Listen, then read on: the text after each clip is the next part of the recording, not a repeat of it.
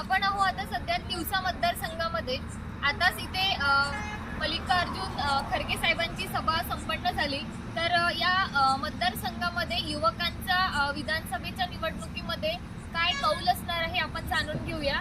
दादा, काय काय वाटते तुम्हाला, काय कौल असणार आहे सध्याच्या विधानसभेच्या निवडणुकीमध्ये? सध्याच्या निवडणुकीचा जर कौल आपण बघितला तर या तिवसा मतदारसंघात जर विचार केला तर यशोमतीताईचा इथं म्हणजे काँग्रेसचा बाणी किल्ला म्हणून आपल्याला ओळखलं जातं. यशोमतीताईनं बौद्ध समाजाचे जे खासदार आमदार होते पहिले बळवंत वानखडे त्यांना खासदार सुद्धा केलेला आहे.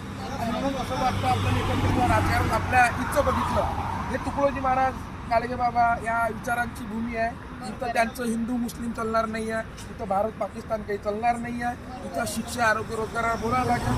यशोमतीताईनं काय केलं आता मला जिथपर्यंत माहीत आहे. आता हे पाहिजे तेलाची शिशी मी आणली त्या तेलाच्या शिशीवर हे किती रुपये आणली तुम्ही? मी आणली हे 12 रुपयाची आणली ठीक आहे. विद्यार्थी लागली बरं हे जाऊ द्या. आता हे निर्माता पुढा दाखवतो तुम्हाला मी हे सोबतच आणले काऊन आणली हे मी दुकानातून निवड आलो होतो तुम्हाला दाखवून आणलं हे 30 ग्रामातले जादा का वादा दाखवलं पण याच्यामध्ये GST याच्यावर लावली. संतुरी साबण वाढली म्हणजे वाढलं संतुरी साबण वाढली हे वाढलं. तेलाचा पिपा कितीला भेटतो ताई तुम्ही सांगा. आता पहिले भेटतो 1400-1500 होता चोल्या. आता काही काय झालं याने 2400-2500 तेलाचा पिपा केला. सांगा आता कास्तकारांना का मराव काय? मला सांगा तुम्ही पराठीले आमचे कापसाले भाव 5,000-6,000 देऊ राहिले आणि दुसरीकडे आमच्याकडे मजुरा घेतला लागते बरोबर 15 रुपये किलो की 10 रुपये किलो द्यावं लागते. असं चालू आहे आमचं.